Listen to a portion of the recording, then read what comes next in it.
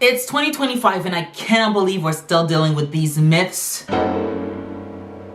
It boggles my mind. Hi everyone, welcome back to my channel. My name is Sandy Esprit, okay? I am a lazy naturalista. I ain't no shame in my game. There are certain things that just bother me in this day and age. In 2025, we still got some myths and hair myths that we gotta debunk. And some of these myths I've heard growing up since I was a child.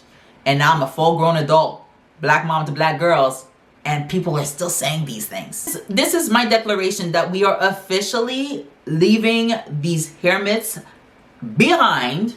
But I feel like because it's Black History Month, we just gotta make a stand and take care of some housekeeping within the natural hair community. And what we're not gonna do is disrespect natural hair. So today we're debunking some of the most frustrating and annoying misconceptions about black hair.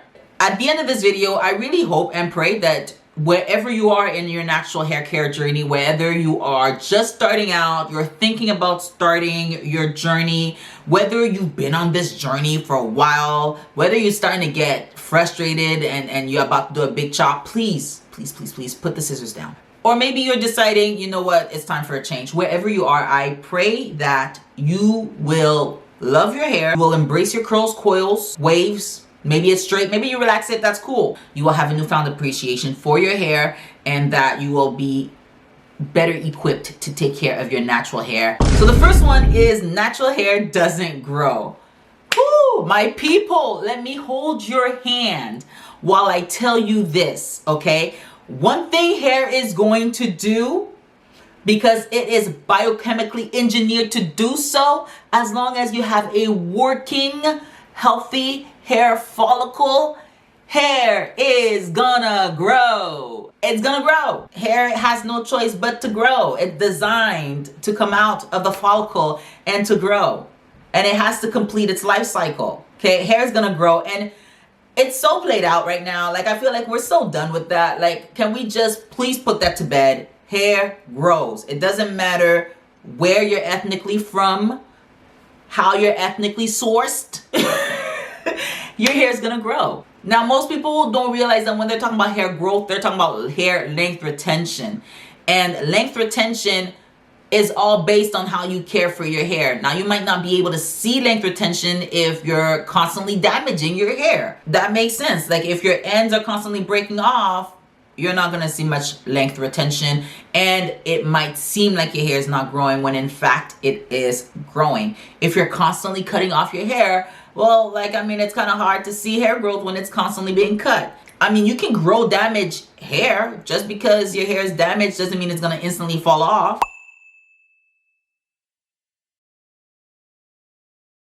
I've grown it. I've grown damaged hair before, completely dry and useless. But to say that hair doesn't grow, I mean, let's just put that one to bed, please. Can we just stop? Here's the thing. I'm not talking about people with a medical situation, okay? I'm talking about the average person. Your hair is growing. If you have a situation where you're not seeing length being retained, like it grows to a certain point and then it stops, well, then you might need to revisit some things like your diet, your hair routine. You might just need a good trim. You might need to see someone who is a trichologist. You might need to see a dietitian, or you might just need to see a hairstylist, or you might want to try being consistent in your hair routine. Just throwing it out there. And here are the big threes of natural hair care. Keep your hair hydrated and moisturized. Get rid of split ends.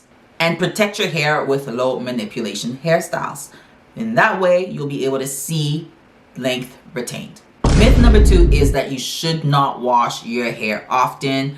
And listen, I've been guilty of that. I was told that if you wanted to retain length, you shouldn't wash your hair. And here's the thing, not washing your hair is also detrimental to your hair growth.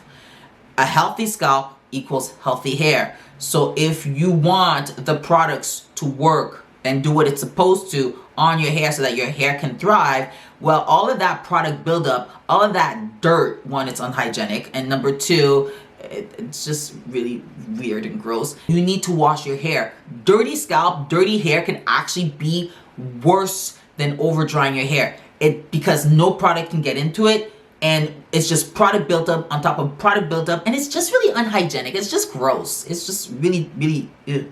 So here is the truth. The truth is, it's not about whether or not you don't wash your hair.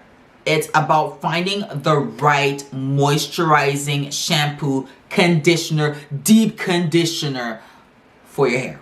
Okay? When you do your wash routine, you can't just shampoo, use any old shampoo, any old conditioner, and be like, oh my gosh, my hair is dry. You know, you need a moisturizing shampoo. A shampoo designed to take care of your curls and coils and waves the way that it needs to be taken care of, so that you can have a clean scalp and still have well-conditioned hair ready to receive the ingredients from your conditioner, so that it can thrive and stay moisturized, okay? So please wash your hair every 7 days or every 2 weeks at the very least. But can we stop telling people to stop washing their hair and not to use shampoo? Like, the shampoo has cleansing agents. We don't have to go back to sulfate.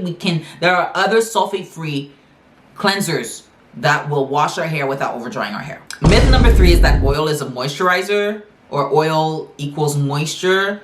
I'm not sure who started with that. Oil is a sealant. It is not a moisturizer. When you talk about moisturizing, we're talking about water. Oils are great for sealing in moisture, okay?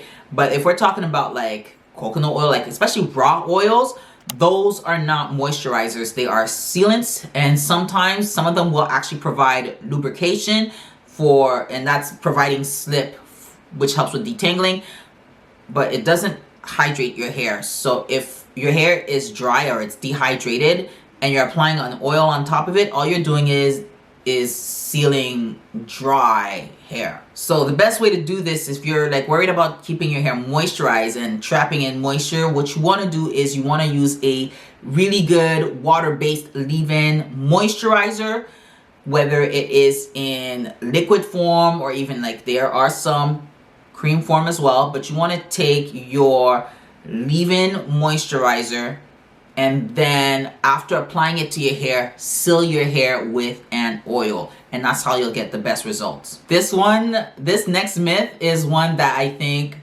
set me up for failure at a very, very young age. And we talk about texturism, and this is a very good example of how damaging texturism can really be in our community.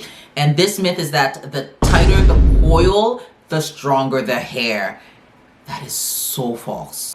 Actually, the tighter the coil is, the more fragile your hair is. So you want to be really gentle if you've got tight coils. You want to be gentle with it. You want to provide that extra moisturizing. You want to hydrate it. You really, really want to pour more into your coils if they are tight, because they will break a lot easier than those with the looser hair. In fact, kinky and coily textures are more prone to damage than looser curls. And honestly, that's just because of the way the hair structure is. If you detangle in the shower, use a conditioner as you detangle. Use a detangling tool that will provide low tension and that is not as damaging. If you are detangling post-shower, please make sure you're using water. Use water. Use a leave-in conditioner that has slip. That is very, very important if you want to keep your hair. I remember hearing that growing up, and my mom just being extremely rough with my hair because there was this notion of like the tighter the coil, the stronger the hair. This is myth number 5. Protective styles automatically mean hair growth. The reality is, no. The hairstyle protects in conjunction with how you prepped your hair for the hairstyle.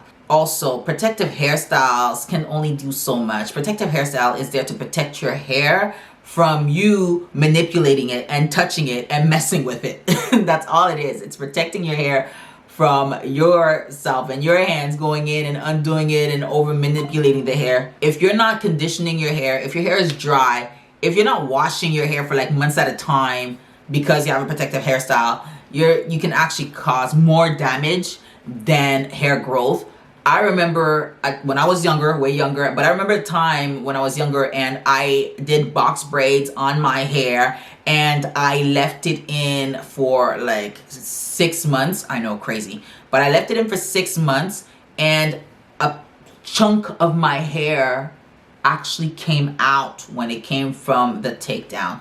So y'all be careful out there with these protector styles, because you know we want to keep our hair. We're trying to grow bundles, right? So yeah, be careful and let's do it right. So there you have it. These are the natural hair mists that we're leaving behind. We're not taking them with us for the rest of the year. We're growing bundles. We're doing it in a healthy way. And so if I missed any, please let me know down in the comment section below. What myth did I miss? What did I miss? And don't forget to subscribe. Click that like button. Don't forget the notification bell. And I will see you guys in the next video. Ciao for now.